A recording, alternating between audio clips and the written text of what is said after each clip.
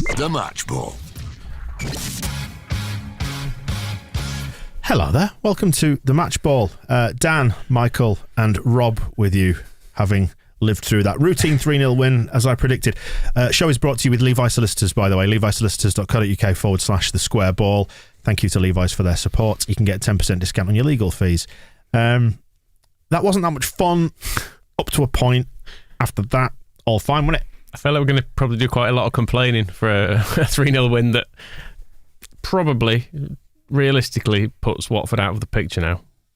Yeah, I think you've only really Burnley to worry about now, haven't you? Looking at the table.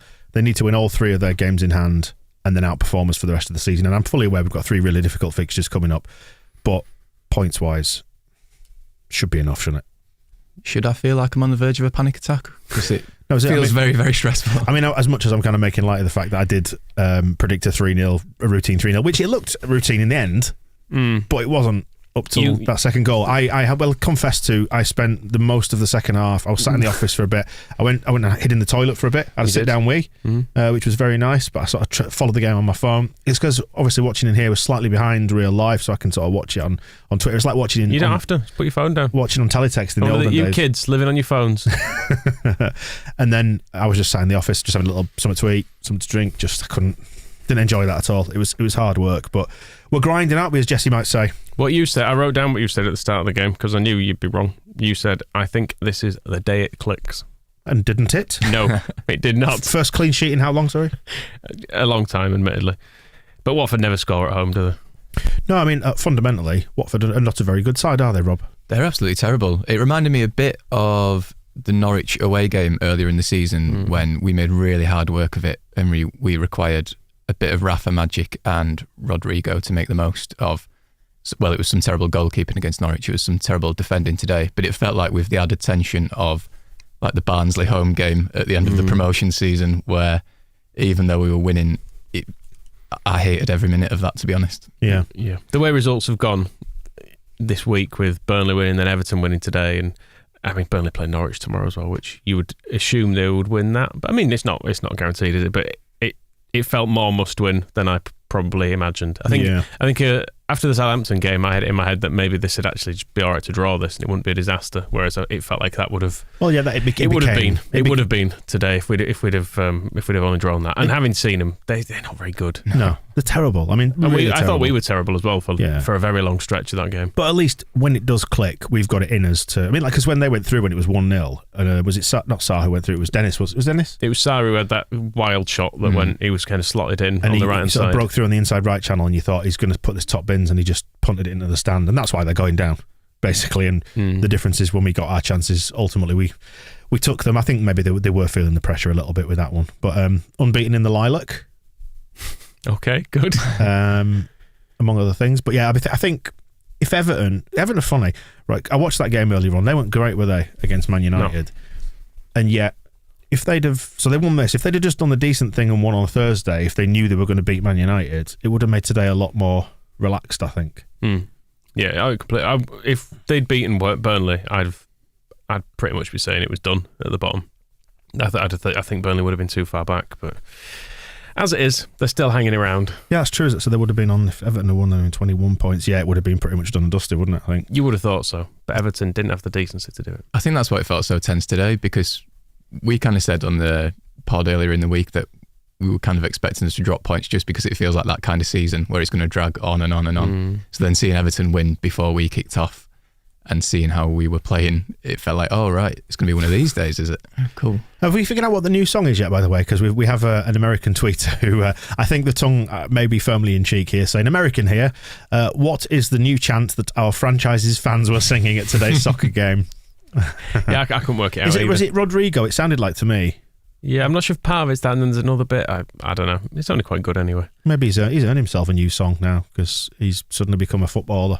Well, I didn't think he was playing very well today, actually, for the most part, but then he did score. So the way he got onto that pass from the defender, took it perfectly. 2 assists by the Watford centre-halves. Yeah, I mean, that was the pass through was not very good, was it? And then Watford, one defender made a shit job of clearing it. The other defender, more or less, had it kicked at him, and then they fucked it up, and Foster was just stranded when he should really be retired anyway, because what's he doing? Foster. He played against us in the... Internet put is a vlogger, isn't he? He played against us in the Blackwell playoff final. Did he? Yeah, he shouldn't still be playing, should he?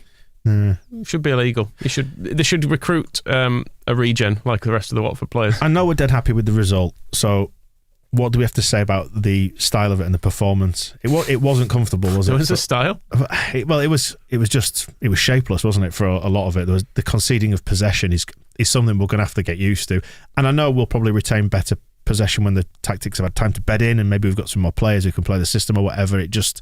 It was hard to watch, wasn't it? Just seeing us lose it, them lose it, us lose it, but them lose it. I mean, with about 5 minutes to go, I looked at the passing stats and Luke Ayling's was under 50%. Completion. Yeah. Right. And I don't think, it's not, I don't know if that's him playing terribly or just what they're being asked, because I've also noted down these 7 Leeds players I've got noted down who all had a pass completion rate of 60% or under, which is incredibly low, I think. Across both teams, we had 67%, they had 64%. So that's essentially like 1 in 3 passes, 1 in 4 passes is going straight to the opposition, and it did feel like that. Look, to compare against other stats today, like Southampton have been absolutely dicked, and they had 75% pass completion. So really? it was really scrappy, and to use the no control again of Steve Nicol, there was no control. There wasn't. I mean, Marsh said in the build-up that they're a team that don't like the ball, so I don't know if he was just trying to let them have the ball by us being terrible. That was it, isn't it? I mean, it was one of the genuine questions we raised in the build-up to this. How do the two styles match up? Because we seem to be a side that's aiming at least towards that style of football where we do it on the break in transition or whatever. So did anybody actually want it today? You don't want the ball, we're going to give you the ball. Yeah. See how you like that? Have it. Smoke all the cigarettes. Or does that want the same thing? I don't know. It didn't work anyway, and it was horrible to watch. I didn't think the midfield worked at all. We didn't really have one, did we? Click on his own with Koch. Yeah, I've never really liked Koch in there, I have to say. He's now. I just don't think he works. He seems to want an extra touch compared to most midfielders. He's reasonable at the defensive side of stuff, but I don't know, his awareness of what's around him doesn't always seem great. That have a centre half rather than a exactly midfielder. Someone used to playing with everything in front of him, and then when he's asked to do more of a 360 job, he seems to struggle with it a bit. Nice to see Greenwood coming into a bit of form, because it felt to me under Bielsa anyway that he was kind of just drifting away, and you thought, well, he might go in the summer and then look to get somebody else, or he just stays in the 23s for a bit and gradually fades away. But suddenly he's like played himself into contention. It seems that Marsh likes him. Marsh seems to love him. He keeps talking about him. It was interesting for him to come on as well and to play number 10 and Rodrigo move up front. Greenwood had a few nice touches, and it was nice to see Somerville as well come on, because it feels like he's deserved a chance for a little while now. And both of them looked all right. He had a moment, didn't he, did Somerville, actually, when he broke down the right there towards the end. Managed to sort of swivel and fall over and burn. Greenwood got the assist as well, didn't he, for Jackie's? Yeah. Jackie's, it was his ball through. It did feel like the second goal completely made Watford give up, because there was just so much space by that point. But it was a nice pass, and it was a beautiful finish from Harrison, I think, compared to the rest of the game. I wasn't expecting that. I just had to open the Sky Sports app and just check the minutes for the goal, because we were in front there for 70 minutes of that game. It didn't feel like it, did it? Not really, no. But we've not even talked about the first goal. Well, let's go back and let's talk about the goals, because that's kind of why we're here. I suppose so, yeah. Well, the match ball, if you are new to it, hello, welcome, is just immediate reaction, shooting from the hip, some hastily scribbled notes, like a serial killer in his diaries. 1-0, 21 minutes, Rafinha. Nice finish, that, wasn't it? He did well. He's a good player, isn't he? He is. It always felt like, there was some frustration about him maybe not being as good as he could be, and maybe not trying as much, and he had a bit of a sulk on towards the end of Bielsa. He can still do stuff like that, and so it's worth keeping him on. Needs to practice his celebrations though, doesn't he? Didn't he hurt his knees there going for a little slide? And we had the mention on when his name was mentioned in commentary as well, when he was obviously watching the feed, and he had the headphones on towards the end, and he gives obviously a grin and a thumb up or whatever. Yeah. And was he watching a little telly at that point? I wasn't sure if he was plugged in, and if the subs have got a TV down there. I wasn't sure, because he seemed to know and was giving a thumbs up to a camera and stuff. He must have been watching it, yeah. Yeah, you couldn't see the little telly, could you? No, but he was having a nice time then. Rodrigo, 73 minutes. That was the 1-2 with the Watford centre halves, and then Jackie Thunder Bastard. Where do you want to start? Let's talk about him. Come on. The build up to Rafa's goal was kind of mad and just pinball, and it felt him on the edge of the box. It was again great finish, kind of like almost a free kick from the edge of the box, but in open play. And thank God it fell to him, because we really needed someone to do something like that. Yeah, it was a clever finish as well. It looked like he was going to put it to the other side, and then he whipped it in at Foster's Past that old man. near-ish post anyway from where he was stood. But yeah, we didn't. Did we create anything else? We didn't really get a grip of that first half, did we? Even still, the XG at half-time was 0.23 to Watford versus 0.28 to Leeds. So yeah, it weren't a great first half either way. I mean, the commentator kept talking as if we had this brilliant, calm defensive performance because Meslier didn't have a save to make, but that was more because... Has anybody seen Diego Llorente? Yeah, that was more because Watford kept shooting over or wide, which helped a lot. And there was the free kick that we all thought had gone in as well. Yeah, but I mean, it was nice that they had a player called Loser. It sort of fit right in. It would have been doubly punishing as well with that one because it was Click who didn't actually foul. What was his name? Kutska on the edge of the box, and then God, he was annoying early doors, wasn't he? Yeah. So he'd gone down, and I thought Bob's going to make a return here because he's giving away. He's Click now giving away this on the edge of the box, and Bob comes back. I told you so. Bob reactivates his account just to come back. But yeah, it would have been unfair had that gone in. But I mean, it was just a really shit first half. Most of the game was just a really low standard. It was very, very low quality. Yeah, very low quality. But no one was putting passes together. It was very difficult to watch. It felt very. We said against Southampton, didn't we? It felt kind of championshipy in the pinball nature of it, and we don't look like we've got a great lot of ideas. To be honest, it seems to be either play the ball into the feet of one of the forwards who's coming short, and then the rest of the time it's kind of knock it long behind the defenders. And a lot of the times when you got Dan James up front, a defender just heads it over him basically. But then we've won 3 and drawn 1 of the last 4 games. Maybe this is what you need to do. I don't know. Maybe this world's just too. Maybe Marcelo Bielsa's just too good for this world, and his football was too beautiful, too pure. Possibly. And you need to be son of bitches, sons of bitches. Sons of bitches. Yes. Yeah. I don't think it's necessarily sustainable to keep playing like this. But it doesn't. It probably is though, isn't it? I mean, I'm not against good teams. A good team would have really beaten us quite badly today. But you look at the teams that are in the middle. About the sort of everybody seems to play like on the break, and it's just about being good enough to beat enough teams to get into that middle group, innit? And it might not be pretty, but this is the Premier League. I mean, there's so many low quality matches. You do look at Southampton, who kind of stay up comfortably every year, and I mean they were going for the 9-0 today, weren't they? And you think, right, that's what the Premier League is, isn't it? You sort of win enough games and then stop. Yeah, and looking at the table now, you know, finished 9th last year. It was a brilliant season. That's it's 4 points off that now. We're 4 points off 9th. It's just all compact. 9th have got from Crystal Palace on 37. They're down to us on 33. So that's 9th to 16th covered. We're almost in that middle group, aren't we? Almost. We just need to cut off the bottom. If Norwich could just do us a favour tomorrow, that'd be a dream. Yeah. Or even a draw. Yeah. Because Burnley are at the point now where they need to beat Norwich, because Norwich are the worst team for 2 seasons in the Premier League. They've managed to do it 2 on the bounce, haven't they? When they've come up. So, and they're down. So there's no point in them. Just have a nice time. There's no point in them like meekly going down, is it? They might as well cause a bit of chaos. Blaze of glory. Exactly. Yeah. Injure some players. Something. Just do something, Norwich, for Christ's sake. Do something that's interesting in your lives.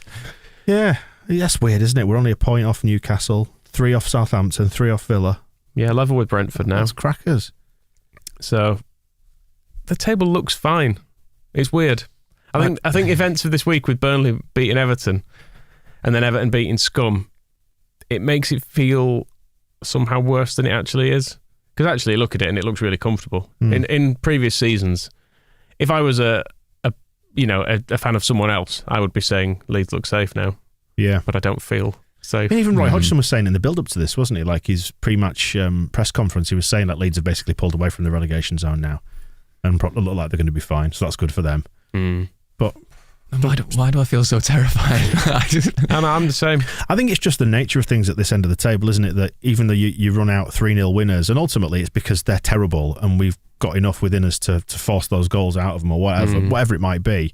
And 8 wins. I mean, like, looking up the table, Brighton have still only got 8 wins, and they've gone to Arsenal and won today. It's very strange, isn't it, that being in that set of clubs that's not competing for Europe but is just below. It's all just much of a muchness. You just need to be. It goes to show, doesn't it, like how dropping those points against the likes of Newcastle twice this season. If we'd had both those games, for example, go the way they probably should have done, we'd be right up there now. We'd be looking at nothing like danger. It's strange. I was thinking the other day, you don't have to change much, or you don't have to change many big things for this season to be very, very different. Yeah. But as things stand, I really can't wait for it to be over now. It just feels like it's been long and stressful. 10 more games of either Bamford or Phillips, and we're probably safe by now. It's hard to think that 10 games of either of them wouldn't have got us one more win from somewhere. Yeah, because if we score against, going back to the Newcastle game, if we score against Newcastle when we've got the chances, it's different, isn't it? It's just a completely different complexion to the season. That's mad, isn't it? Even Cooper as well. I thought he was good again today, and just having a calm. Well, maybe he's not always calm. We didn't think he was calm before. Yeah, but now we've seen him next to Llorente. He looks incredibly cool. Need to say hi to James, by the way. James is at 35,000 feet somewhere over the Atlantic on his way to New York and paid £20 for the in-flight Wi-Fi to watch a glitchy stream and catch the match ball. Shit performance, but that's just the in-flight Wi-Fi. Hey, but I don't go on flights with Wi-Fi. No. That's very fancy. Ostentatious is that, isn't it? We've had a tweet actually from Lorenzo Salas who's saying you're going to stop treating Jesse unfairly.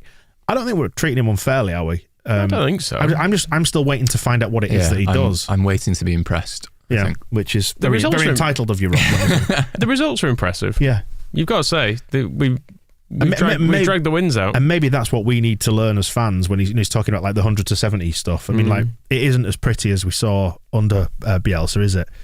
There's been a fair degree of chaos in all of them, is the thing. Like the Norwich last minute, Wolves last minute and a red card, and the Football League, Premier League, FA, FIFA conspiracy against Wolves, which Matt Letizia obviously will agree with. And then today felt like a game that we were going to probably drop points in at several bits of that second half. But isn't that just the nature of the Premier League, though? Isn't like they say there are no easy games. We made it look easy in the end because they couldn't finish and we took our chances. But I think there is a bit of having to get used to seeing what normal competitive football looks like, because under Bielsa it was so wild, and especially towards the end of Bielsa, where every half time would be 2-0 down, or he'd be having to make 2 or 3 changes, and everything was sort of us chasing it or teams blitzing us in the space of 10 minutes. And yet, sorry to interrupt, I was going to say, and yet in those games, you still see all those bright things, don't you? Like that you want to see, like Leeds occasionally looking dangerous, creating chances and missing them. So I think that's what's confusing. It's not that we weren't creating any chances and looking completely terrible, but we were just looking massively porous, weren't we? Yeah, because it was like Marsh's first game against Leicester. I was like, oh yeah, this is kind of what football looks like, isn't it? Where you've got two teams kind of, each having balancing each other out. But we hadn't had that for so long. It's kind of weird to adjust to it again. And I mean, the people in the comments on YouTube stream as well, which we're doing this for our TSB Plus members, all sort of saying like, look, 10 points from 4, as Richard says, Wilco would call that title form. It's absolutely right, yeah. It is right. Yeah. What's that, 2.5 points a game? It's been either not pretty or absolute chaos. But they all count. Well, the end justifies the means, doesn't it? That's the point I'm kind of making, is that it will be a justified move, and we will have to say they did it right if we stay up. And looks increasingly also, likely. Saying it's not that pretty and it keeps us up. Burnley have done it forever. They've never once stayed up playing anything vaguely resembling good football, but they've always stayed up. Yeah, maybe not this time, hopefully, but it's all right to do it sometimes. The fun of Bielsa was obviously a different kind of thing altogether, but equally it was getting us battered every week for quite a while, and it wasn't. It hadn't clicked for a while. I mean, we always end up talking about Bielsa, don't we? Which is probably not particularly productive. But he's the frame of reference for this season, isn't he? Because Jesse Marsh has acknowledged it. Like how they're, he's coming out of his shadow. Sorry, he's emerging from Bielsa's shadow, which is fair enough. Fair enough of him to own that as well. But the better Bielsa stuff has not been recently, either from an attacking or a defensive point of view, has it? It's all. I don't think there's been vintage performances this season at all. No. So a change of style, I guess, is justified from that point of view. Yeah, as I was saying, we're grinding it out at the minute, which is fair enough. Marsh's job when he was brought in was to keep us up, and it didn't really matter how. And touch wood, we are going that way. So next season, I guess it will be more his team, and his style of play should have bedded in a little bit more. So I guess judge it more then. And Kyle's in the comments as well saying, Bielsa's beautiful football seemed to divorce the way that you felt about it from the results in a way. It's right. We were living up to a sort of a pure idealism, weren't we, about the style of football? And then you go, but we've just lost 4-0 again. And it looked terrible when we lost 4-0, but it was nice in places. And Louis is saying those moments today when we lost the ball, but we then didn't have 6 players out of position, that can't be underestimated as well. And it might not be as pretty. And I think there was a point, was it in the first half, I think maybe, Michael, where we were talking about that. It might have been quite early in the game, actually, when we said, actually, even when we're conceding the ball and losing possession, you don't suddenly shit your pants because we've lost it in around the halfway line or something. You think, oh God, this is it, we're in trouble now, because you just see them all dropping back in and regaining their shape. Yeah, when we lose it now, we tend to have 2 centre-backs and 2 full-backs in the right positions, in full-back and centre-back positions, whereas occasionally under Bielsa, both full-backs would already be like level with the wingers, and it meant that you had 3 of their players and 2 centre-backs split, and it was the pain of watching someone run through the middle of an empty field into an acre of space behind. So it's good in a way, isn't it? Yeah, and Colin said it's true. It's like treating Marsh like he's your stepdad because you refuse to call him dad because the divorce stuff. And it's true. It is. It's all just going to take time to get used to. And ultimately, I'm liking the results at the minute, even if the football is different to what we used to. And really, when he came in, I think I was pretty much advocating just keep it simple and rely on the fact we've got some good attacking players to get us out of this position. And Rafinha and Rodrigo scoring goals, that's kind of what it is. That was essentially what I was advocating, with Bamford thrown in as well. Obviously, he's now out of it. But when you look at our attacking players, they are better than, like, Burnley and Watford don't have anyone even vaguely of the level of Rafinha. So just give him the ball. Yes. Yeah. Give it to the good players. Yeah, very much so. I'm just looking at the comments that are coming through in the post-match press conference. Marsh, using the phrase emerge, says he saw the side emerge today in what was a difficult moment away from home in a poor quality game, and the confidence is starting to shine through. And that's the thing, isn't it? It's going to start to raise confidence in the system. Sorry, I'm messing with the cables there because it's your camera's going off flickery. Yeah, anyway. There was a moment in the second half where there was a Watford centre-half not being pressured and Marsh was on the touchline just absolutely screaming, just pointing at him going, why is no one there? But we're getting there, aren't they? I mean, it's 2 games in a row now. He said that was kind of a poor quality game, and you think, can we have some better quality games? Maybe I'm being entitled, I don't know, but if that's the future, it's just struggling at the bottom of the Premier League. You think, oh, right. Well, the point is that this future brings us up towards the middle, and we can just be mediocre for a bit, I think, which I'd be fine with after this, because this season's been hideous. I mean, the stress connected to that game today, awful. And I didn't enjoy it. I mean, I did tweet, again, tongue-in-cheek, about going to watch the Human Centipede as a bit of light relief for that, and would have quite willingly been the middle one instead of watching that at 1-0. Yeah, I like it. In fairness, it kind of worked out because I likened it to like a rail replacement service, and it did essentially get us there, but not with the kind of style or comfort you were maybe hoping for. It's just like, oh God, why is this happening? It's like unfair. That. But yeah, it's fine. We need to get this season over and done with, and then have a reset, don't we, over summer, and let everything calm down a bit, because we have been on like a bit of a war footing. It feels like it's like, no, this is just a thing we need to get. This is like a panic situation. Yeah. We need to get some wins somehow, and wins get you out of it so quickly. I mean, 3 points are massive when you consider that 3 points today has got us, sort of 9 or 10% of our season total, in one game. That's how vital it is to get the wins on the board, isn't it? And that's what we did well last year. Just going back to Jesse Marsh's comments, he's saying it, he's acknowledging it, wants them to play with more quality, but knew it would be a game today that would lack it. Need to find more moments where we can cleanly and calmly make forward actions. Yeah, I'll have some of them. How are your forward actions looking? All right, they're fine in the main. Better than we were for a lot of that game. Are you going front or back centipede, by the way? You two, you can fight it out. I mean, if I can have the front, I'll take that. I was going to say, Bagsy. It's not really much of a choice, is it? Mind you, that if I was at the front, it'd be like this podcast, wouldn't it? Dragging the two of you behind me, etc., like a burden. Anyway, we ain't got any games for ages now, have we? No. Which is good. Get Calvin fit. I think Calvin needs to be in for the next game, and hopefully just midfield. I was hoping when Calvin came on it was going to be for Koch, actually, because I thought we needed some more midfielders in there rather than centre halves. Hopefully with the next game, Forshaw, we don't think Forshaw's badly injured, do we? I don't think, does anyone know? No, it's just a knock, I think was the suggestion. So there's not been any talk of of him being out for weeks or having operations or anything that you normally get. So there's been a few games recently where it's been said he's not been able to train every day in the build-up. He's mentioned it, yes. So slight calf issue, but we'll be fine for Palace. Okay.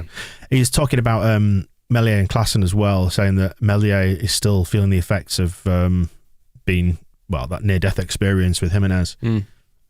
Still struggling with the bruising to his leg suffered against Wolves, but he spoke to both keepers today to talk about the situation and recognises that they need rhythm, and really pleased with his display. So, Meslier did quite well on a few occasions today, actually. There were a couple of corners that were on target, more or less. I think they would have gone straight in, and he was under a lot of pressure from people as well, and he handled it well. There was a very good save from a one-on-one as well, which it was flagged offside in the end, but it was Delino was doing the stupid, not putting the flag up. Even though it was like a yard off, full yard offside that everyone could see, even from the TV angle that we were watching, we were like, he's offside, surely. That's not good from a stress point of view either, is it? It's just no need for it. It's so annoying. Yeah. I can understand that if it's a really tight call and it's something like scrappy in the box, they might not want to put the flag up straight away, but something like that, it's just like, I think it's just making officials second guess themselves and being like, well, I'll let it run and see what happens. But if he goes through and Meslier ends up breaking his leg as a result of it, which would seem kind of the way our luck's been going this season, it wouldn't have been great. But yeah, he did pretty well. 6 weeks to go, lads.